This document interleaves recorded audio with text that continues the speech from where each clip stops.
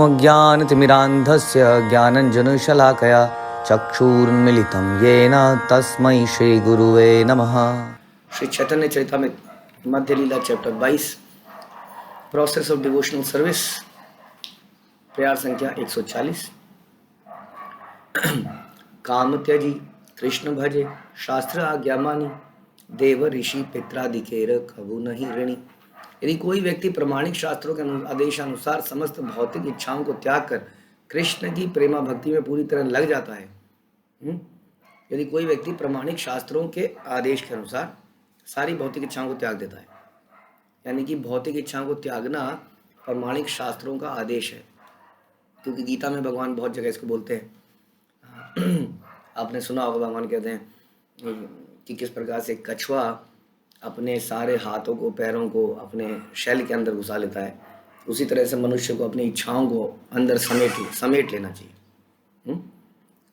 उसी तरह से हम सुनते हैं कि किस प्रकार से समुद्र अपनी सारी इच्छाओं को, वेग को कह सकते हैं, उनकी लहरों को समा के रखता है तट के अंदर, तट से बाहर नहीं जाता।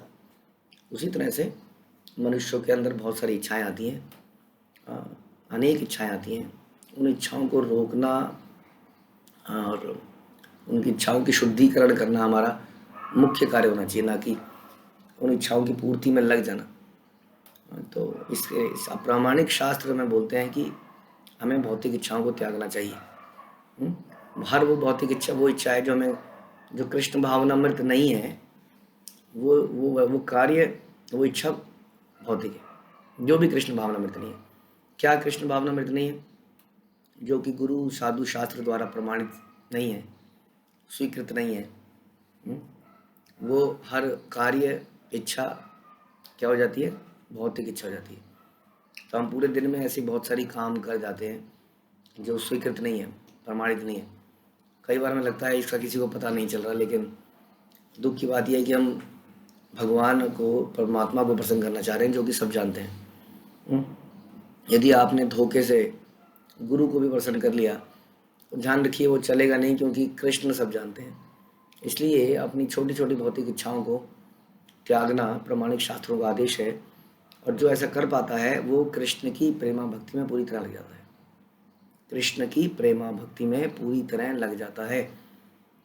प्रेम जो है भक्ति का टॉप मोस्ट लेवल है, जिसमें टोटली भगवान की अनअलॉयड, अनइंटरप्टेड गोपियों की तरह, राधा रानी की तरह हम सेवा कर पाते हैं।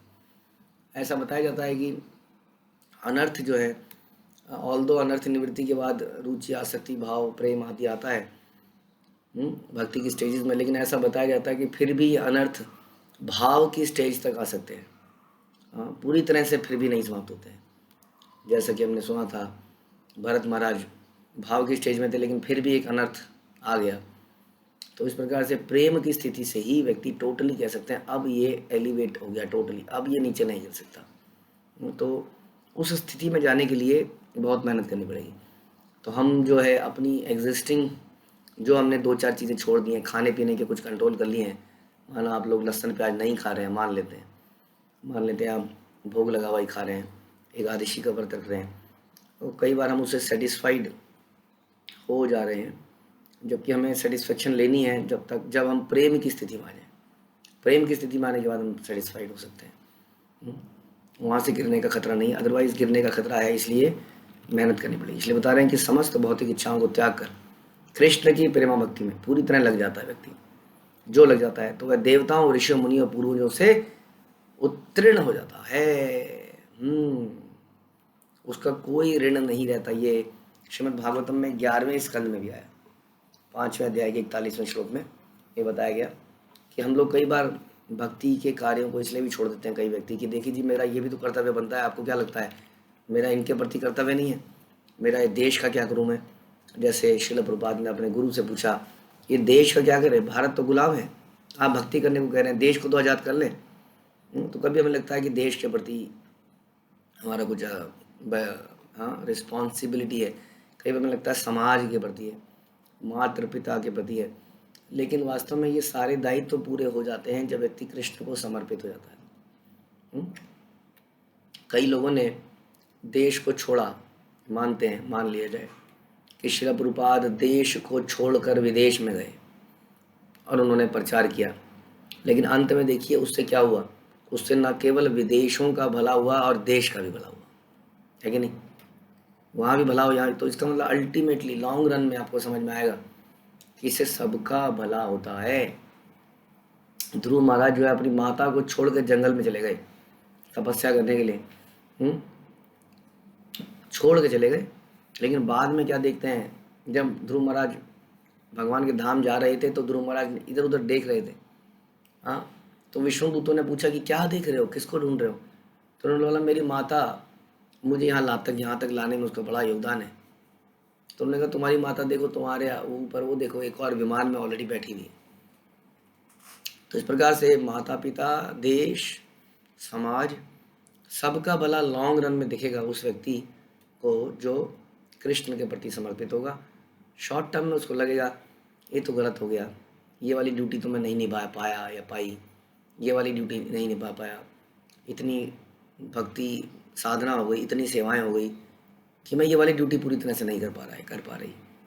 लेकिन यदि आप कृष्ण को समर्पित हैं, आपने भौतिक इच्छाओं को समाप्त कर दिया है, तो देखेंगे कि आपकी सारी जिम्मेदारियां पूरी होंगी या उसका फल निकल आएगा।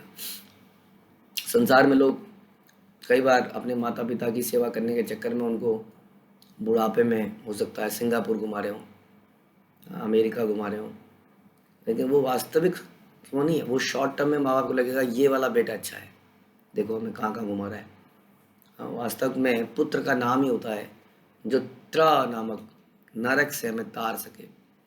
पहले पुत्रों के लिए बड़ा वो होता था, अब तो खैर श्रील प्रभुपाद की कृपा से पुत्रियां और पुत्र दोनों ही भक्ति कर रहे हैं ज़बरदस्त तरीके से।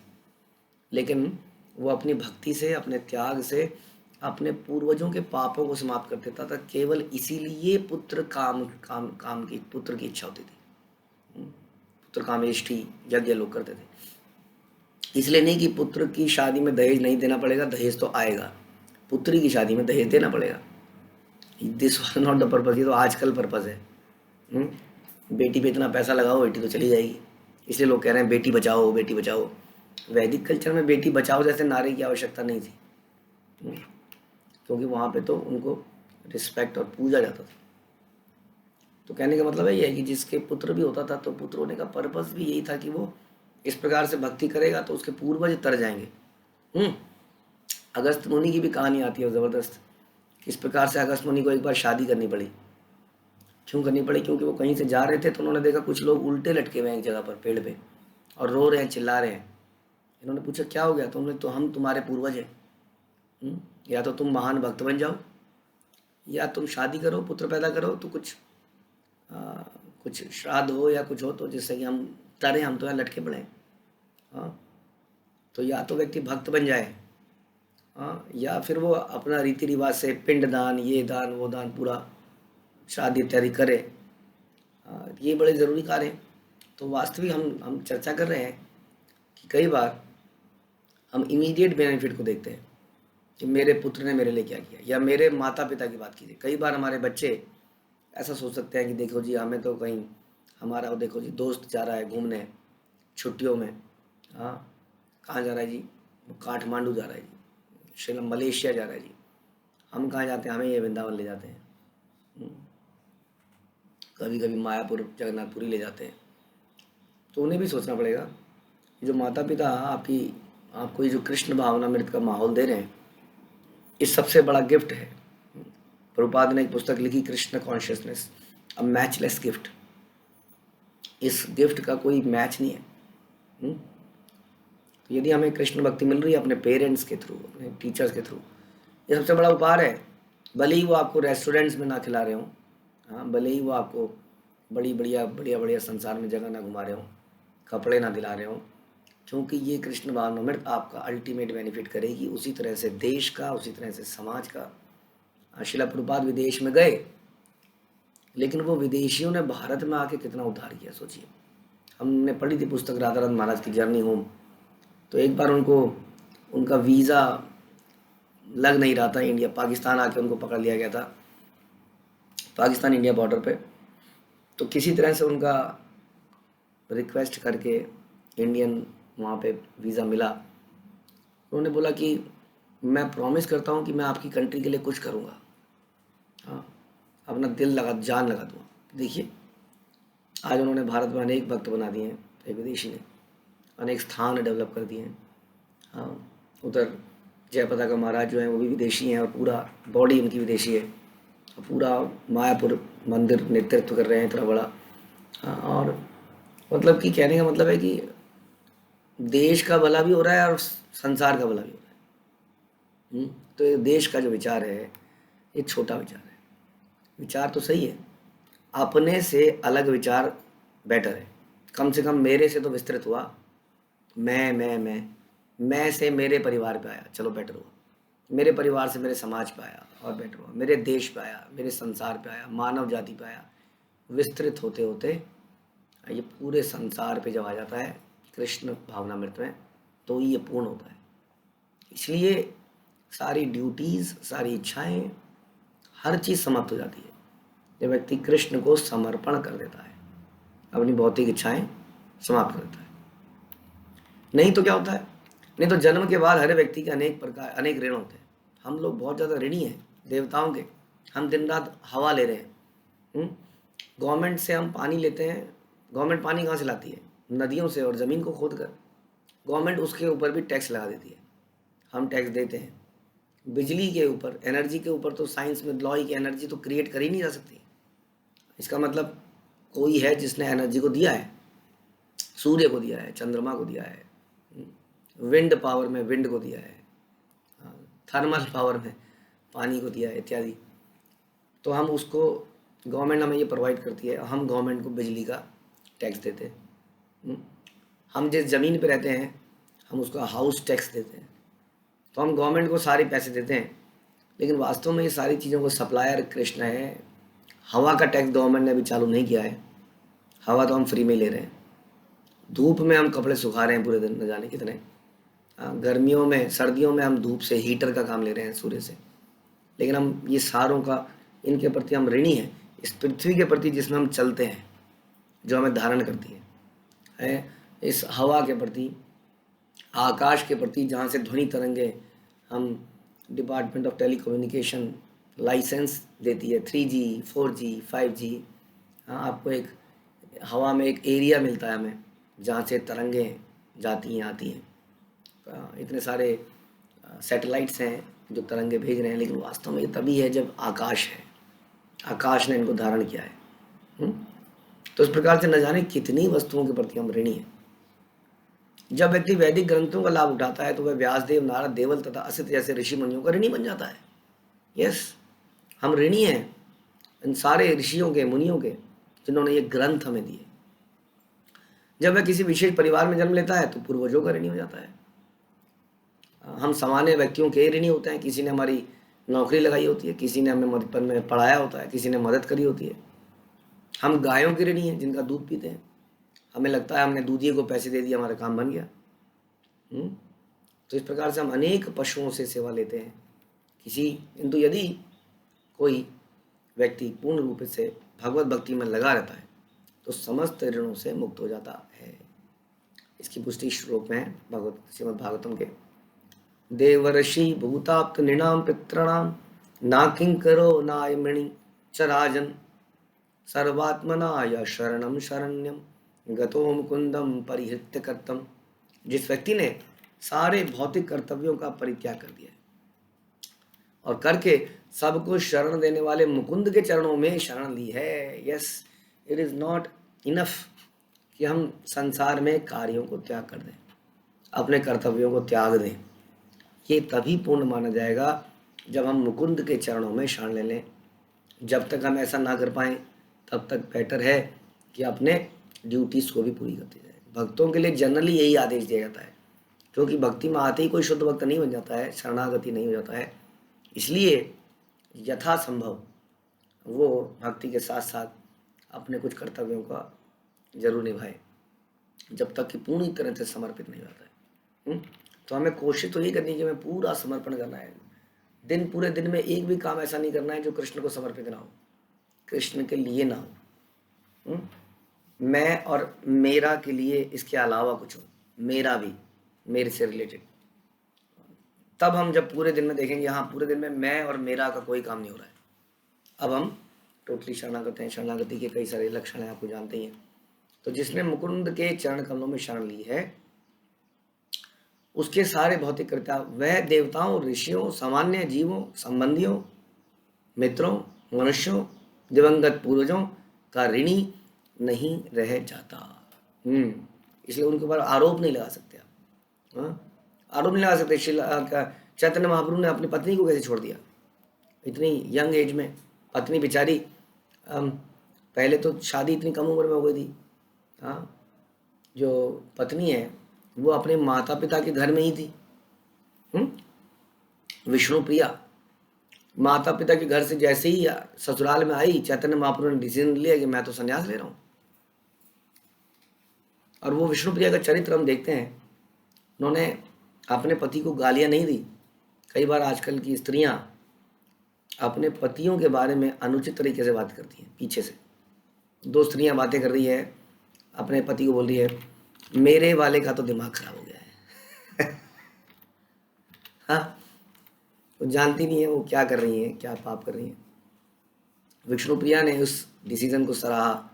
चैतन्य, it's not an easy thing. कभी आप सोच के देखें इस चीज़ को कि पत्नी घर में आई है और पति कह रहा है मैं संन्यास में लेने जा रहा हूँ, और उन्होंने ऐसा त्याग का जीवन जिया उसके बाद कि वो हरे कृष्ण महामंत्र का जप करती थी, और एक पूरी मंत्र के यानी कि एक माला के बाद वो एक चावल के दाने को उठा के साइड में रखती थी, और फिर दूसरी माला के बाद दूसरे चावल के दाने को, और इस प्रकार जितनी मालाएं हो जाएं दिन तक उतने ही चावल के दाने वो उबाल के खाती थी, जिसमें से वो सची देवी को पहले देती थी और फिर वो खाती थी। तो इस प्रकार से ये महान आत्माएं हैं सची देवी, विष्णु प्रिया, जिन्होंने इस बात को समझा कि उनके पुत्र के जाने का दुख तो है, लेकिन वो बहुत ही महान कार्य के लिए गया है।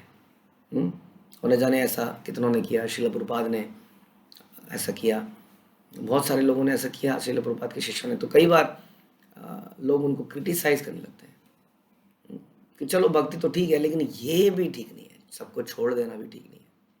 यहाँ पर कुछ और बताया, जो छोड़ा जाता है ना, आजकल भी तो लोग माँ बाप को छोड़ रहे हैं। कोई बेहतर डिग्री लेने के लिए माँ बाप को छोड़ दे रहा है, तो माँ बाप को कोई दिक्कत नहीं है।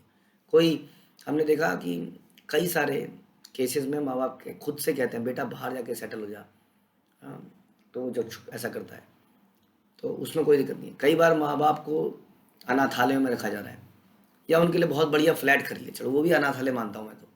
हाँ, क्योंकि ये गलत है, क्योंकि ऐसे व्यक्ति ने जो छोड़ा वो अपने आप को सेटल करने के लिए, अपनी ज़िंदगी को अच्छा जीने के लिए, हाँ चलो उनको भी अच्छा जीवन देने के लिए अगर किया, तो आपको क्या लगता है ऐसे में माँ बाप प्रसन्न होते हैं कि बेटा ने करोड़ों रुपया दे दिया आपको, लेकिन बेटा कहीं पर सेटल है किसी और जगह पर, खूब पैसा कमा रहा है, आपको खूब पैसा दे रहा है आपका बेटा? नहीं, आपको रियलाइज़ होगा थोड़े दिनों बाद, आपको अकेलापन महसूस होगा, खाने को महसूस होगा। तो अल्टीमेटली एक वो बेटा गया और एक दूसरा बेटा गया जिसने संसार के लिए, भगवत भक्ति के लिए करा। दोनों में दुख होगा माता पिता को, लेकिन पहला वाला बिल्कुल टोटली रॉन्ग है, क्योंकि शास्त्र द्वारा अनुमोदित नहीं है। उसने जिम्मेदारियों को छोड़ा, लव एंड अफेक्शन, सेवा भाव को छोड़ा। ठीक है, आप कहेंगे जिम्मेदारियों को नहीं छोड़ा जी, पैसा भेज रहा है, दैट इज़ नॉट सफिशिएंट। आप खुद ही समझ जाएंगे इस बात को, दैट इज़ नॉट सफिशिएंट। इसके अलावा भी किसी वस्तु की आवश्यकता है। उसने छोड़ा भौतिक इच्छाओं के लिए, लेकिन दूसरे ने छोड़ा इसलिए नहीं छोड़ा कि वो एंजॉय कर रहा है लाइफ को, दे नॉट एंजॉइंग। ऐसा कई बार लगता है। हाँ, भक्ति में हम लोग तपस्या में एंजॉय करते हैं, दैट इज़ द प्रॉब्लम। हम लोग हमेशा हंसते रहते हैं ना, लोग सोचते हैं अरे देखो कितना मज़ा कर रहे हैं। मज़े तो हम कर ही रहे हैं, लेकिन तपस्या में आनंद ले रहे हैं। हमारे जीवन को देखेंगे, कई बार लोग लगता है अरे इनके तो बड़े मज़े हैं, कभी कहीं घूमने चले गए, कभी कहीं घूमने चले गए। कई बार गलती से यदि वो हमारे साथ चले जाते हैं तो पक जाते हैं, सड़ जाते हैं, क्योंकि उनका निजी उत्थान, उद्धार अभी इतना या अपलिफ्टमेंट नहीं है कि वो इतनी कष्टदायक स्थितियों में रह पाएँ, तो उनको फ्रस्ट्रेशन होती है। तब उन्हें समझ में आता है नहीं जी, अगली बार से नहीं जी, मैं नहीं जाऊँगा, नहीं मैं नहीं जाऊँगी वहाँ पर। हाँ, तो समझ में तब आएगा। तो भक्त लोग हमेशा तपस्या में भी प्रसन्न रहते हैं, लेकिन हम कहना ये चाह रहे थे कि यदि वो कोई दायित्वों को छोड़ रहे हैं, कहीं से दूर जा रहे हैं, चैतन्य महाप्रभु की तरह हैं, हम्म, तो उसके लिए वो अपना कंफर्ट, अपना निजी इंद्रिय तृप्ति को त्याग कर, भौतिक इच्छाओं को त्याग कर बहुत ही दिव्य पर्पस के लिए जा रहे हैं, जो कि थोड़े दिनों में दिखने लगता है। यस, संसार थोड़े दिनों में जानता है इस बात को कि हाँ, इन्होंने तो महान कार्य किया। तब तक थोड़ी बदनामी होती है, हमारे अपने भी हमें गलत समझते हैं। तो यहाँ बताया जा रहा है इसी के लिए कि ऐसा व्यक्ति देवताओं, ऋषियों, सामान्य जीवों, संबंधियों, मित्रों, मनुष्यों, दिवंगत पूर्वजों का ऋणी नहीं रहता।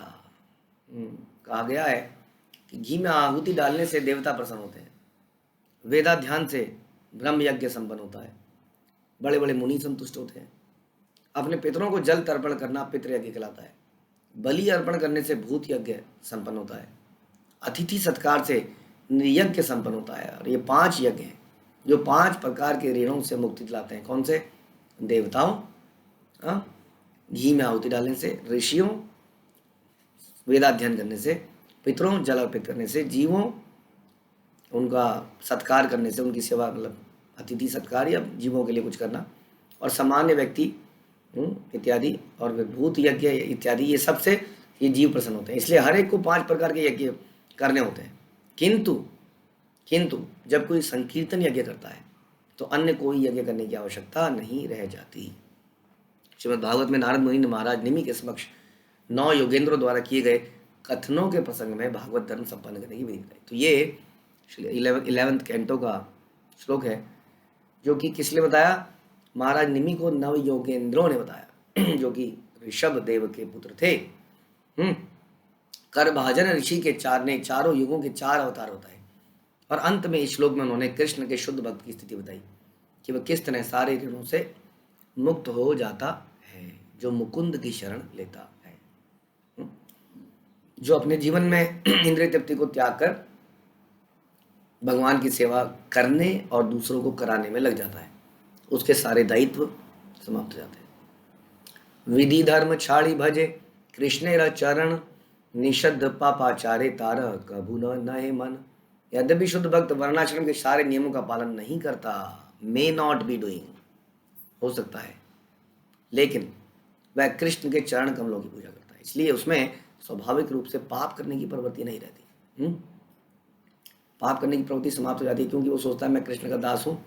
वो यही सोचता हमेशा कि सीता को अपने पास रखेंगे तो सर्वनाश है। Sita should be given back to Ram as soon as possible.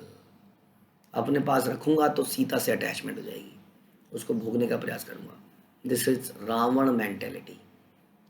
Ravan जो है, रावण मेंटेलिटी के लोग संसार में किसी वस्तु को देखते हैं तो उसे अपने पास रखना चाहते हैं, अपना बना लेना चाहते हैं। Natural tendency. किसी सुंदर से फूल को देखते हैं तो सुंदर से फूल को तोड़कर अपनी जेब के बटन में लगाना चाहते हैं, सूंघना चाहते हैं, अपने बालों में लगाना चाहते हैं। यही है सीता का हरण वास्तव में। हम लोग सोचते हैं सीता का हरण तो रावण ने किया, कितना दुष्ट व्यक्ति था। सीता कौन है? भगवान की शक्ति। हम भी भगवान की शक्ति को अपने लिए यूज करना चाहते हैं, चाहे वो स्त्री रूप में हो, चाहे वो धन रूप में हो, पुत्र संबंधी के रूप में हो। हम चाहते हैं कि ये हमारा है। तो कृष्ण की संपत्ति को कृष्ण को तुरंत जल्दी से जल्दी रिटर्न करना चाहिए, ऑफरिंग करनी चाहिए, क्योंकि वो कृष्ण की है। यदि सीता को अपने पास रखा जाए तो सर्वनाश हो जाता है रावण जैसे व्यक्ति का। इसलिए संसार की जितनी भी वस्तुएं हैं वो भगवान की हैं। हमें चोरी नहीं करना, हमें चोर नहीं बनना चाहिए। हमें अपनी इंद्रिय तृप्ति के लिए जीवन जीना, रावण का जीवन जीना है। और एक दिन सर्वनाश होगा, ध्यान रखिए, जैसा रामायण में हम देखते हैं। तो इसलिए पाप यही है। क्या है पाप? कई लोग पाप के बारे में बड़ी चर्चाएं होती हैं। व्हाट इज सिन? लोग कहते हैं किसी का मर्डर कर देना सिन है, चोरी करना पाप है, किसी स्त्री के साथ गलत व्यवहार करना पाप है। नहीं, पाप वो हर काम है। क्या पाप? आपने बताया कृष्ण की शक्ति को या सीता को अपने पास रखना भी पाप है। कई बार कोई व्यक्ति चोरी करके किसी चीज़ को तिजोरी में छुपा लेता है कि अभी इसको निकालूंगा तो पकड़ा जाऊंगा, 1-2 साल बाद निकालूंगा। वो रखे रखे भी ज़बरदस्त पाप हो रहा है। यदि हम भगवान की संपत्ति को भगवान की प्रसन्नता के लिए नहीं यूज़ कर रहे तो हम रावण बन रहे हैं वास्तव में। तो यही पाप है। लेकिन कृष्ण भक्त जो भगवान के चरण कमलों की पूजा करता है वो पाप की प्रवृत्ति से मुक्त हो जाता है, क्योंकि वो कोई भी वस्तु को अपने लिए नहीं भोगना चाहता है। तो यद्यपि वो किसी नियमों का पालन ना कर रहा हो, सो कॉल्ड सांसारिक नियम, कई बार पंडित इत्यादि लोग बड़े सारे नियम बना लेते हैं।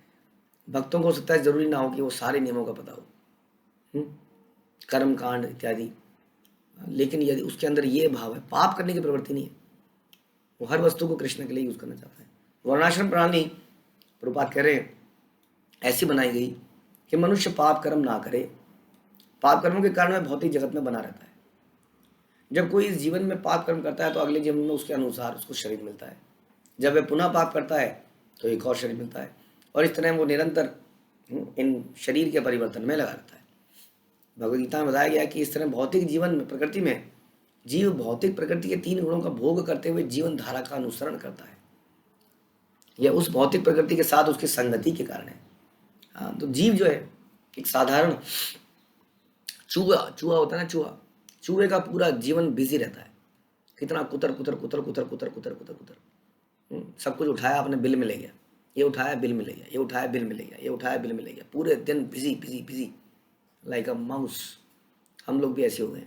फिर हमारे बिल में एक दिन सांप घुस जाता है और बिल से निकल ही नहीं पा रहा। पता है, ये बिल में सांप घुस जाए तो इतना ही तो छेद होता है, कितनी भयानक मृत्यु है। उस बिल में अगर सांप घुस जाए तो चूहा कहाँ पे जाए, और चूहे को निगल जाता है।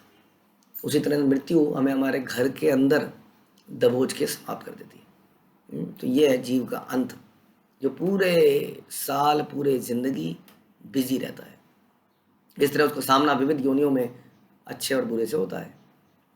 भौतिक प्रकृति के गुणों की संगति के फलस्वरूप ही इस संसार में ये जो टच करते हैं हम अलग अलग चीज़ों को, ये जो सीता को देखते हैं ना, हम सीता को देखते ही हम अट्रैक्ट हो जाते हैं। ये हो गया हमारा संगति भौतिक प्रकृति के गुणों से। और फिर इसके संसर्ग में आने से क्या हो जाता है, तुरंत हमारा मन दूषित हो जाता है।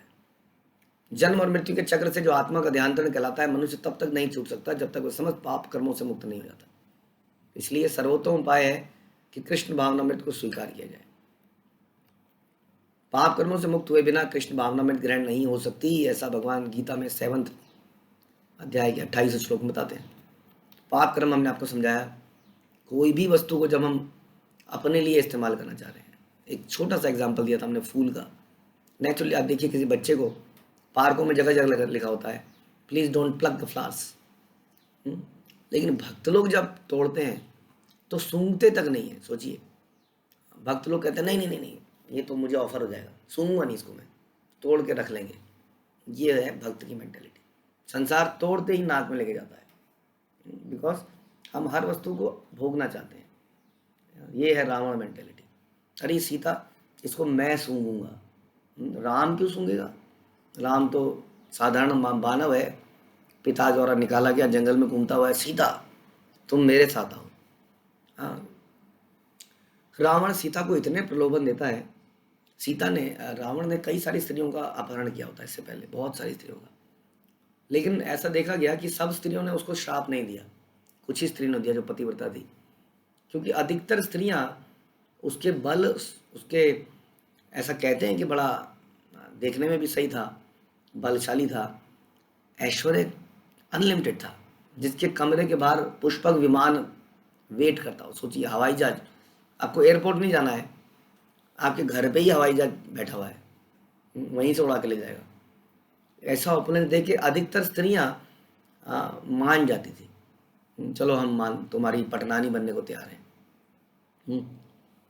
तो इस तरह से लेकिन सीता बिल्कुल भी उससे डगमगाई नहीं, और उन्होंने कहा यदि तुमने मुझे छू लिया तो उसी दिन तुम्हारा सर्वनाश रहेगा, मेरी इच्छा के बिना। इसलिए रावण कभी उसको छू नहीं पाया सीता मैया, क्योंकि सीता ने कभी एग्री नहीं किया। तो इस प्रकार से ये सब सोचने की वस्तु है कि पाप क्या है। आपको जब इस नज़र से देखोगे तब समझ में आएगा कि हम तो बहुत बड़े पापी हैं, इसका मतलब। तो पाप कर्मों से मुक्त हुए बिना कृष्ण भावना में ग्रहण नहीं की जा सकती। स्वाभाविक यह है कि जो व्यक्ति कृष्ण भावनामृत के विषय में गंभीर होता है वह सभी पाप कर्मों से मुक्त होता है। फलस्वरूप भक्त कभी भी पाप करने में प्रवृत्त नहीं होता। यदि किसी को कानून द्वारा जबरदस्ती पाप कर्म छोड़ने पड़े तो वह ऐसा कर नहीं सकता। जबरदस्ती वो आपके सामने नहीं करेगा। लेकिन उसके अंदर वो जो चलता रहेगा, जिस दिन उसको मौका मिलेगा उसी दिन वो गड़बड़ करेगा। किंतु यदि वह कृष्ण भावना में ग्रहण कर लेता है तभी सारे पाप कर्मों को सरलता से त्याग सकता है। यहाँ इसकी पुष्टि हुई है। अज्ञाने वह यदि पाप उपस्थित, कृष्ण तारे शुद्ध करे ना कराए प्रायश्चित।